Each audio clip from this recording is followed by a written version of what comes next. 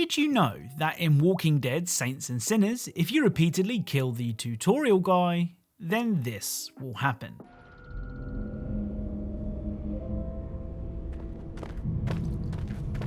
Now that you've seen... So the message of Tutorial Guy will remember this is actually a callback to the Telltale Walking Dead games, where upon making an important decision, a similar message would appear.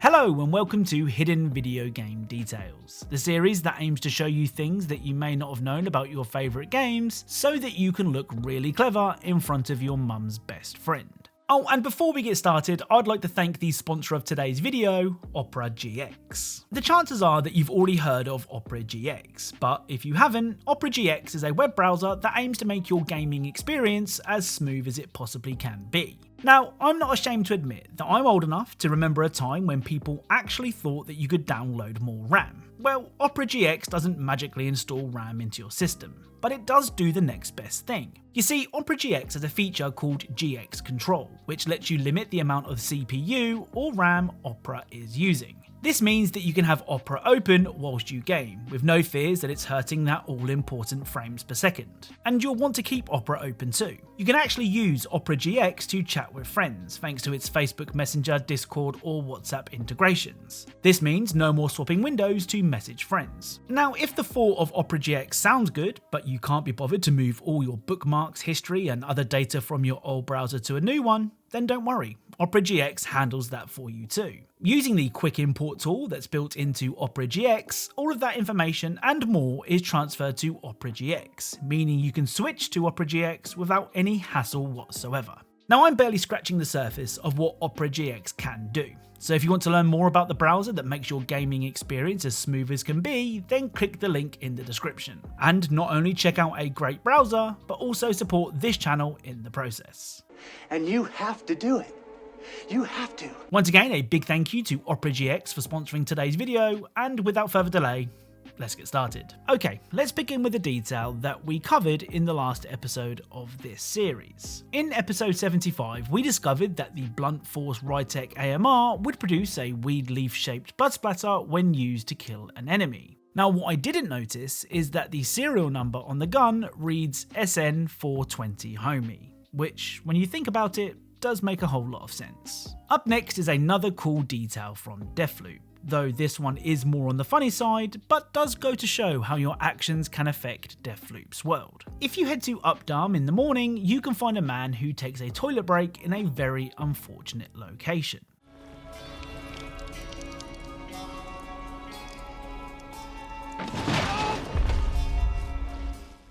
Now, whilst that is funny, to see today's Deathloop detail, we actually need to save the peeing man's life, or at the very least prevent him from urinating on the generator. If you manage to prevent the man weeing on the generator, when you head back to Updam at night, you can find that the generator that the man peed on powered a very special light show.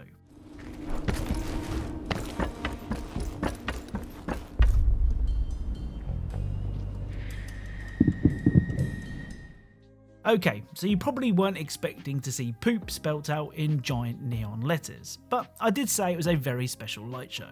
Another game that we covered in the last episode of this series was the much improved WWE 2K22. In that episode, we, amongst other things, learnt that you can break the ring providing you dish out enough damage to your opponent. Oh, that's a lot of weight on the top rope right now. These two behemoths. No way. No! You can't do that! The next couple of details from 2K22 can be heard during the entrances of the 09 version of Dolph Ziggler and the 95 version of The Undertaker. First up, when wrestling as 09 Ziggler, the commentators will say this. Oh, and by the way, I've turned off the music to avoid copyright issues. I don't know what to make of this guy. He's been walking around backstage for weeks, introducing himself and shaking everybody's hand. I've met him like 4 times now. Well, Corey, it just means he has good manners. Oh, the problem with all this, Corey, is you met him in like this alternative universe, because in 2009, you weren't actually even in the WWE locker room. That's true. That's accurate. This all took place in my imagination. So in a pretty cool fourth wall breaking moment, Michael Cole will call out Corey Graves for claiming to have been in the WWE in 2009, when he of course wasn't. Next up, when using the 95 version of The Undertaker at a WrestleMania arena, the commentators will say this. Already such a dominant presence at WrestleMania, yet to taste defeat at the Showcase of the Immortals. With the creatures of the night cheering him on, The Undertaker may never lose. So in 1995, The Undertaker was yet to be beaten at WrestleMania, so the commentators will act as if Brock Lesnar didn't end The Undertaker's streak. I love the era-specific commentary that certain wrestlers have, so if you know of any more, then please let me know. So The Last of Us and its sequel have featured on this channel, and in this series in particular, a ton over the past couple of years. So much so that I was almost certain that I was done with the series, especially as the first game released all the way back in 2013. Well, do you remember how in Spider-Man on the PS4, Spider-Man's dialogue would change depending on what he was doing at the time? It was a nice detail that most developers have ignored over the years. Well, Naughty Dog aren't most developers. If you approach this gate without alerting any enemies, Joel will sound like this. Shit, it's jammed from the other side. Here, boost me up.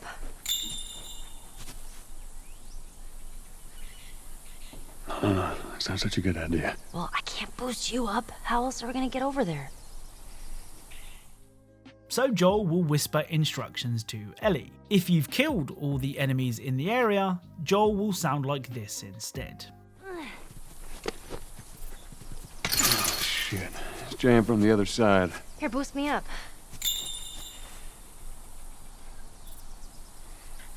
No, that's not such a good idea. Well, I can't boost you up. How else are we gonna open it?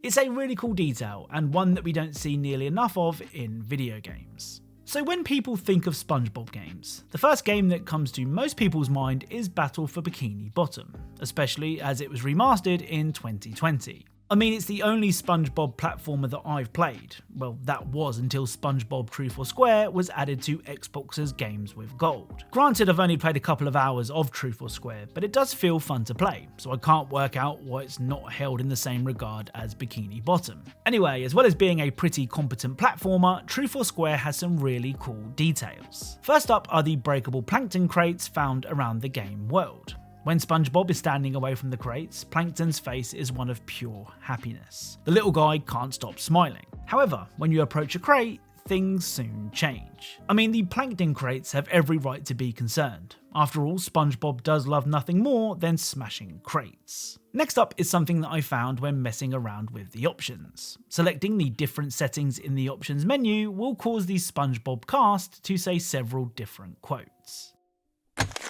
Look at all them fancy doodads. Oh, so many options! Where's the one for more money?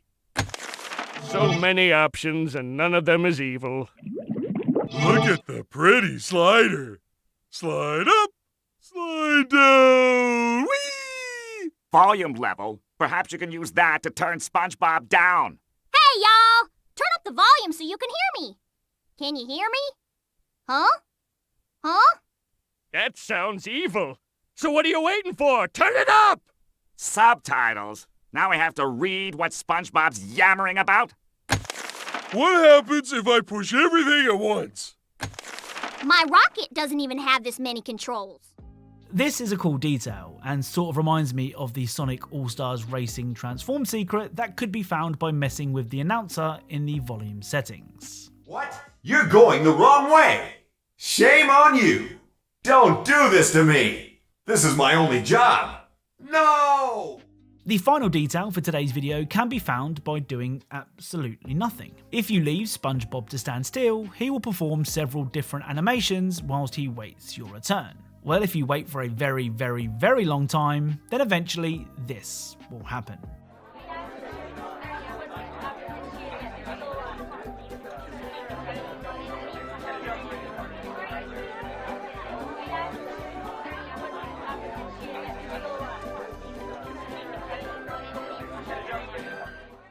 So that's it. If you enjoyed this video, then leaving a like is really appreciated. If you are a fan of hidden details and Easter eggs in video games, then perhaps consider subscribing, as that's what this channel is all about. A massive thank you to Captain Riker94 for providing the VR footage. I can't stomach VR, I get really bad motion sickness, so him helping out is really appreciated. Go and check out his YouTube channel using the link in the description and tell him that Captain Eggcellent sent you. Once again, a big thank you for watching, and I'll speak to you all soon.